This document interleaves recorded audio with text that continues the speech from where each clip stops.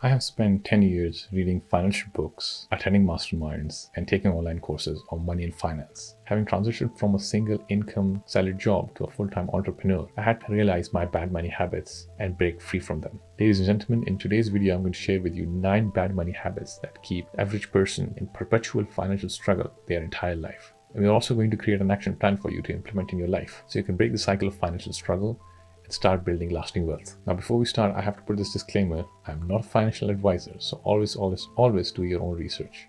Let's get into it. Now, before we dive into 9 bad money habits and their solutions, it's crucial to address a misconception about money, which is that money is the root of all evil, and if you try to manage it, it is somehow synonymous to greed. Look, I've had the privilege of meeting people from either end of this financial spectrum, people with really modest income and then self-made millionaires. And I can tell you something for a fact.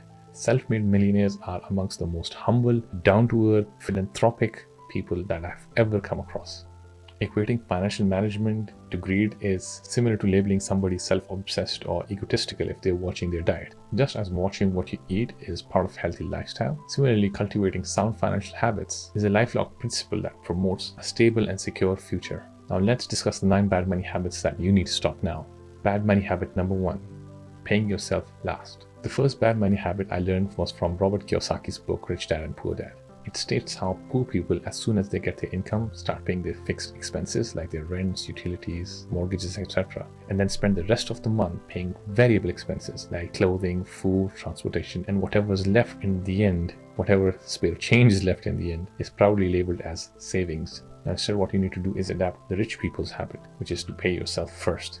Set aside 10% of your income into a separate savings account and treat it as if you've paid just another bill. Now, some of you might be thinking parting away with such a huge amount of your income is nearly impossible. Look, you always have access to that 10%, but treating the remaining 90% as your actual income actually challenges you to become resourceful with what money you've got, and thus it helps you manage your monthly budget much more effectively.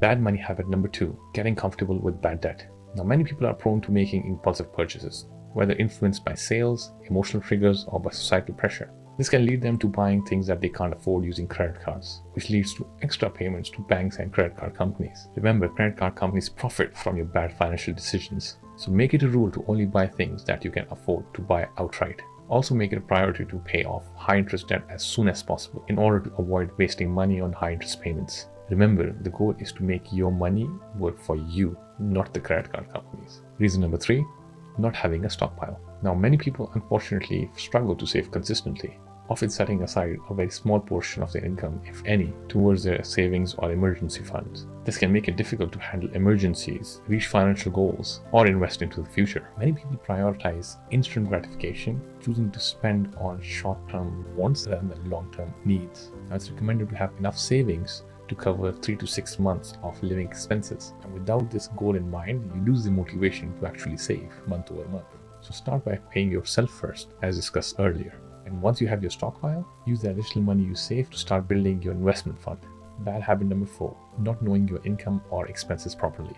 That's crucial to understand your income and expenses. Without this knowledge, it's really easy to fall into the trap of lifestyle inflation, where spending increases as your income grows. First, you need to be aware of your fixed expenses. These are your recurring, non-negotiable payments such as your rent, mortgage, utilities, insurance premiums, debt payments, car loans, student loans, credit card payments. And then you need to be aware of your variable expenses. These are expenses that vary from month to month, such as your groceries, your transportation, your entertainment, your clothing, etc. People who do not consistently track the expenses usually have a very skewed perception of expenses. It's only when they look at the bank statement, they're shocked at how much they are spending on dining out, for example. Start by tracking your income and expenses consistently. You can use a budgeting app. There are many out there now. You can use a spreadsheet, or you can just go traditional pen and paper to document your financial transactions. If you make it a habit to review your income and expenses consistently, not only will you have greater control of your money, but you'll also be paving your way to financial stability. Bad money habit number 5, carefree spending.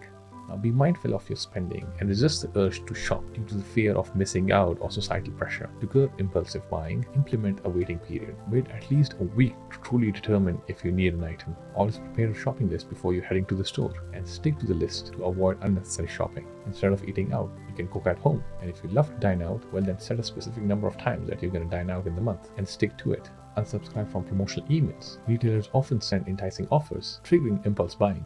Unsubscribe from these emails and remove the temptation altogether. And finally, in today's digital age, it's easy to accumulate numerous subscriptions to streaming services, apps, and online platforms. These recurring costs can accumulate quickly and put a huge dent in your budget. So audit your subscriptions and evaluate if they're necessary. Cancel those that you do not use frequently or that don't add value to your life.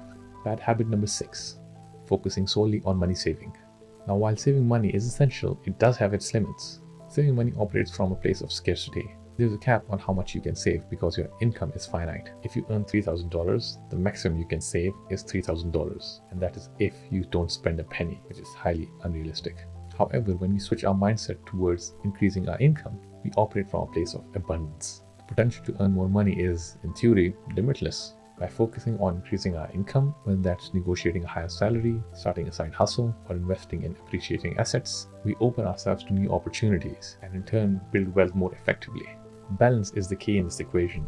Managing your expenses while simultaneously trying to increase your income is the recipe for a secure and prosperous financial future. Bad money habit number 7, paying too much in taxes. Taxes can be one of your biggest expense. So it's important to understand tax rules and take advantage of legal strategies to reduce your tax bill. You need to stay informed of tax deductions and credits that you are eligible for. A little research or consulting a tax professional can go a long way. Try to maximize your contributions to tax-saving accounts like a Roth IRA or ISA here in the UK, or 401k in the US, or some other thing that is local to your country. These contributions can significantly reduce your taxable income, resulting in lower taxes. Also consider running as a business if you're sole proprietor, but remember, the goal isn't to evade taxes. It is to pay your fair share, but not a penny more.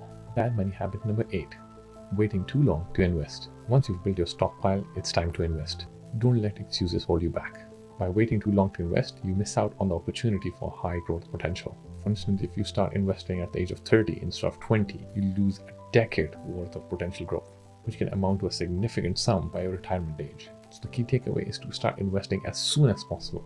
Even small amounts invested can lead to huge differences in the long run. Start learning about different investment options like stocks, bonds, mutual funds, real estate opportunities. Find what suits your risk tolerance and financial goals. Remember, it's not timing the market, it's the time in the market that counts. Bad money habit number 9, not investing in yourself. You are your most valuable asset, and investing in your skills and knowledge can open doors of new opportunities for increasing your income. Continuously learn and improve your skills to increase your earning potential. Fostering a growth mindset and committing to lifelong learning isn't just an investment in your career, it's an investment in your financial future. So remember to set aside time and resources for self-improvement. Remember, the dividend that this kind of investment pays highly outweighs the initial cost. Now that we've identified the 9 bad money habits, it's time to take action. Step number 1, pay yourself first. Step number 2, build a stockpile. Step number 3, track your income and expenses. Step number 4, avoid bad debt. Step number 5, watch your spending. Step number 6, learn about tax savings. Step number 7, focus on increasing your income. Step number 8, start investing as soon as possible. Finally, step number 9, invest in yourself. By addressing these habits and implementing these steps, you'll be well on your way to financial freedom. I hope this video has been helpful. Have a great day.